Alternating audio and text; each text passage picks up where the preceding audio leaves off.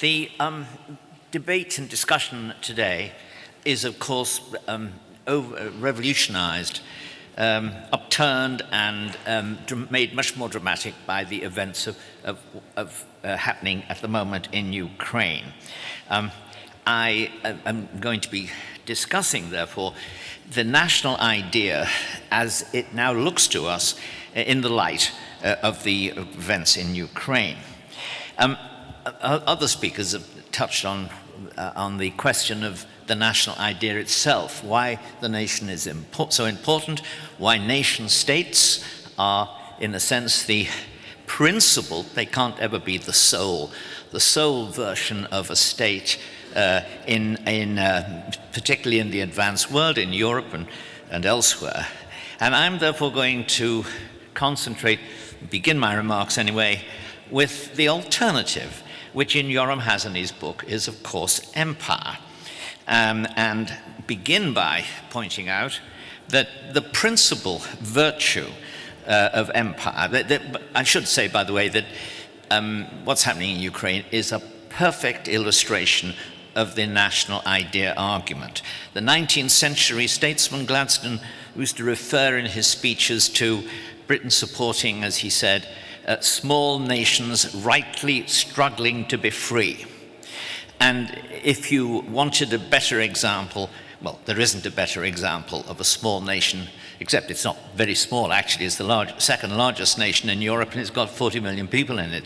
But it is rightly struggling to be free and struggling against the nation, the empire rather, which is actually the largest state in Europe. So I want to concentrate on the empire. Well, the first point about an empire is that it's meant to provide stability.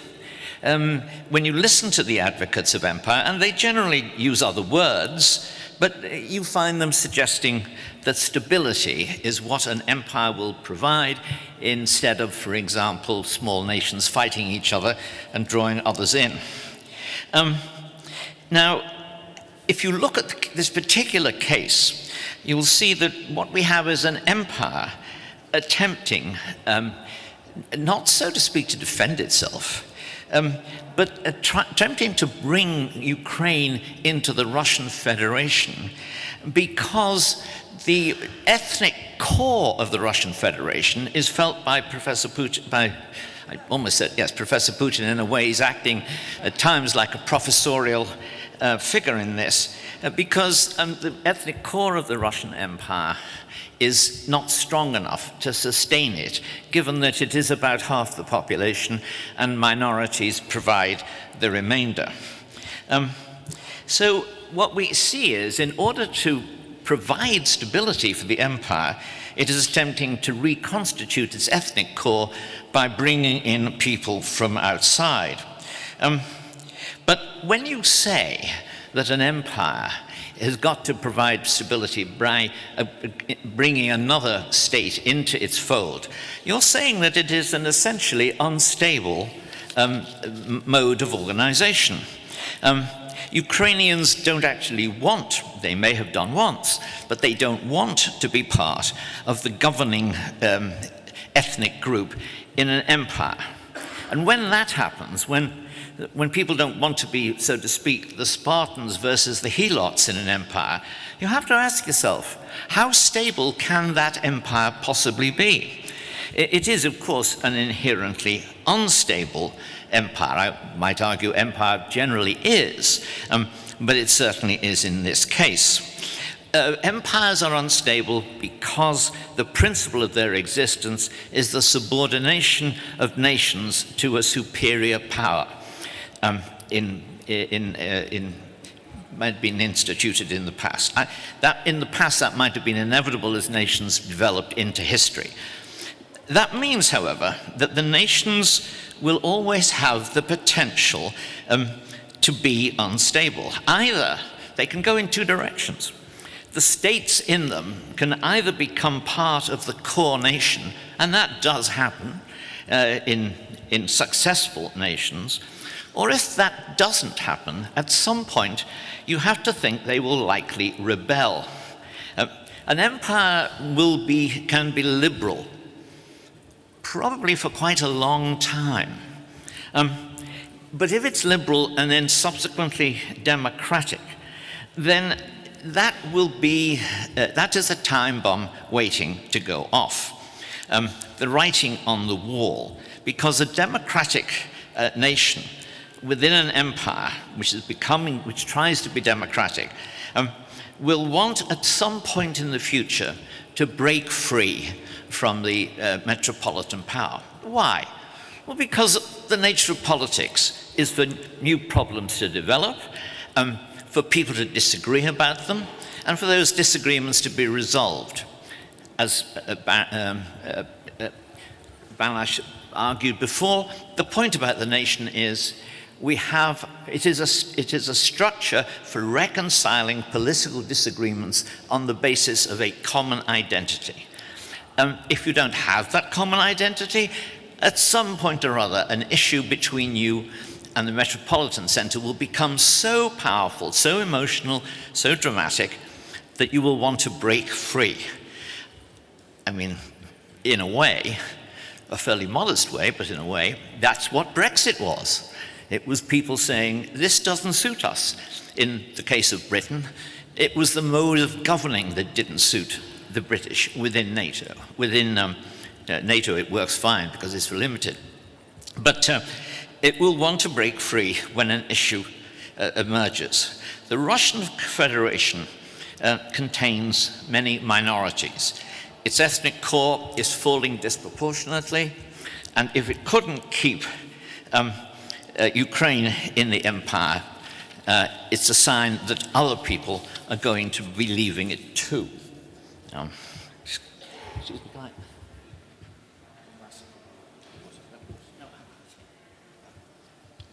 Forgive me.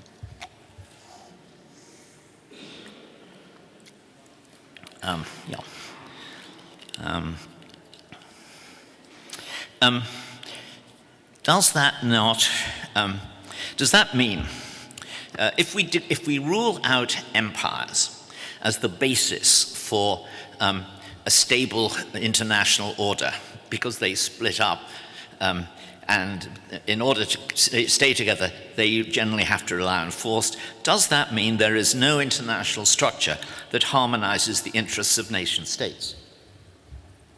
Well, of course, the Westphalian system is an answer to that. But I'd like to suggest another one. To Yoram's division between nation and empire, there is, it seems to me, a third mode of international collaboration. Now, in everyday life, we call it internationalism, and I'll come on to that. But I want to think in the case of Europe and to say, isn't Europe a civilization? A civilization, there are 27 members of the EU, there are 47 European nations. If you take Mrs. Thatcher's remark about that Europe on the other side of the Atlantic, well, then you have an extremely large civilization. But let's confine ourselves for the moment to Europe. A civilization is an organization that is powerful as a means of spreading understanding and debating issues and reaching conclusions on a whole range, sometimes of highly powerful issues, like religion and law. But it is not a political organization. We constantly move between each other's countries in a civilization. We constantly debate in newspapers, magazines, television programs, which are seen in many member states of a civilization. But it's not something which you have to have agreement, because you have the disagreements distributed between nation states, which are themselves capable of reaching a policy and pursuing that policy. Europe, therefore, is Europe, considered as the whole of all of Europe, is therefore an organization which manages debate, discussion, difference, disagreement, and policy without being a political organization, without being required to reach final decisions on anything. Now, Is this, how powerful is this? Well, I think in the case of Ukraine, it's an extremely powerful idea. And we see it in the conversion of the left to the national idea. Why do I say this? Well, the left has traditionally not been friendly to the idea of nation as the best places, as the best form of form of state organization. That's because the left grows out of a class analysis of society. It believes that it's sorry, I can't read my writing here. Oh yeah, that it's in government. Class analysis of society, which meant two things. First of all, it meant that it was very often more sympathetic to the rights of small nations under empires than conservatives were. Conservative stress on stability sometimes made us hold aloof from colonial disputes, or support the empire. I'm sorry, I lost my place here. Yes, but they did not transfer this affection for nations to their own nation, particularly if it was a powerful nation. Why? Well, I think for two reasons. It is that they had a preference for, I'm sorry, the one I've just mentioned. The other is that patriotism was, in the view of the left, something that would best be achieved by economics. They used to argue things like the rich are patriotic because they have something to lose, but the other people in society do not do so. That argument lost decisively in 1914 when the workers lined up with their nations and not with their socialist parties. Therefore, nonetheless, that particular feeling persists in the left's assumption that we achieve and we justify patriotism by redistributing wealth. If we give everybody the same kind of economic benefit, the same kind of support in hard times, we can call on them to be patriotic. What we have discovered in the last 30 or 40 years is that that particular welfare justification for nationalism fails unless it's supported by a pre-existing cultural sympathy within the nation. So what you have in modern Europe is a series of welfare states which work well if they're culturally, even ethnically, but certainly culturally homogenous, but don't work well if large non-national minorities are perceived to be benefiting from the taxations paid by majorities. And therefore, what we need to do, and this is another justification for the national idea, is to include everybody as far as we possibly can in the nation. Now, this has been realized in the last 20 years in America, and I think elsewhere, by the philosophers of the left. They have argued that not to have a patriotic policy, or even more so, not to exude a kind of patriotic sentiment, leads to, first of all, political weakness. That political weakness because it separates the left from their own working class voters. And it has to be addressed. But they have found it very hard to change. They found it hard to change because they cannot square the circle that if you're American or European, your poor are richer than the world's poor. And that ultimately there is some kind of a choice to be made between addressing the poverty in your own society and between doing so in the rest of the world. The result is that in addition to all the other reasons that separate the left from their voters, one of them is its concentration on the poverty of the outside world and its poverty at home, together with the fact that it is the right which has discovered the best way of alleviating the poverty of the outside world. It is fundamentally Reaganite, Thatcherite, even globalization policies, though that goes a little far, which has changed the opportunities of life for poor people in the rest of the world. 3 billion Asians entered the middle class in the 25 years after 1989, and that has caused the left to suddenly, in a sense, conclude it has to come up with some other policy. Now, how much longer have I got? 2 minutes? Okay, thank you. Okay, in that case, I'll move on to, I'll just say simply this. If we look at the United States, we see, and we see it elsewhere, we see multiculturalism as a principal energy and device policy, which is destroying the unity of the United States, which is making, in a sense, multiculturalism is like Europeanism in America. It is the device, the policy, which Sam Huntington called the deconstruction of America.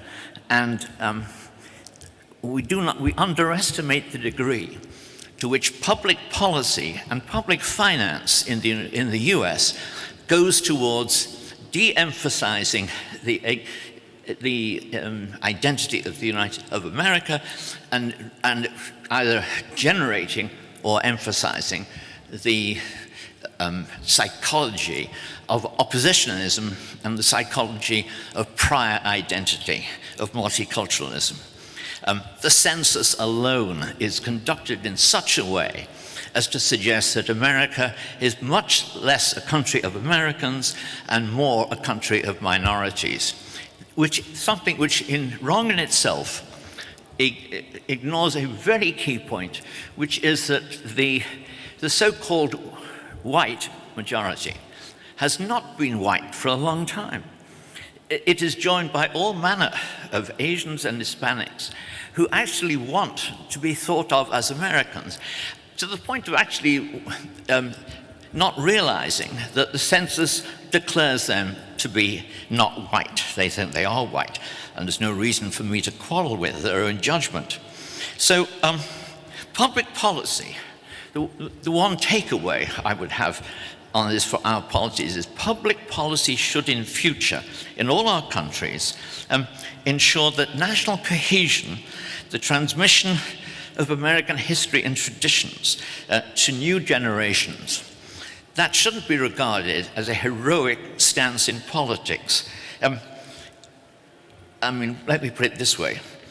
If Ukrainians showing the heroism they are, and if President Zelensky showing the heroism he personally does, if they can do that, why should it be thought heroic for an American politician to suggest rowing back the multiculturalist policies which are beginning to create in America something like a moral civil war? Thank you.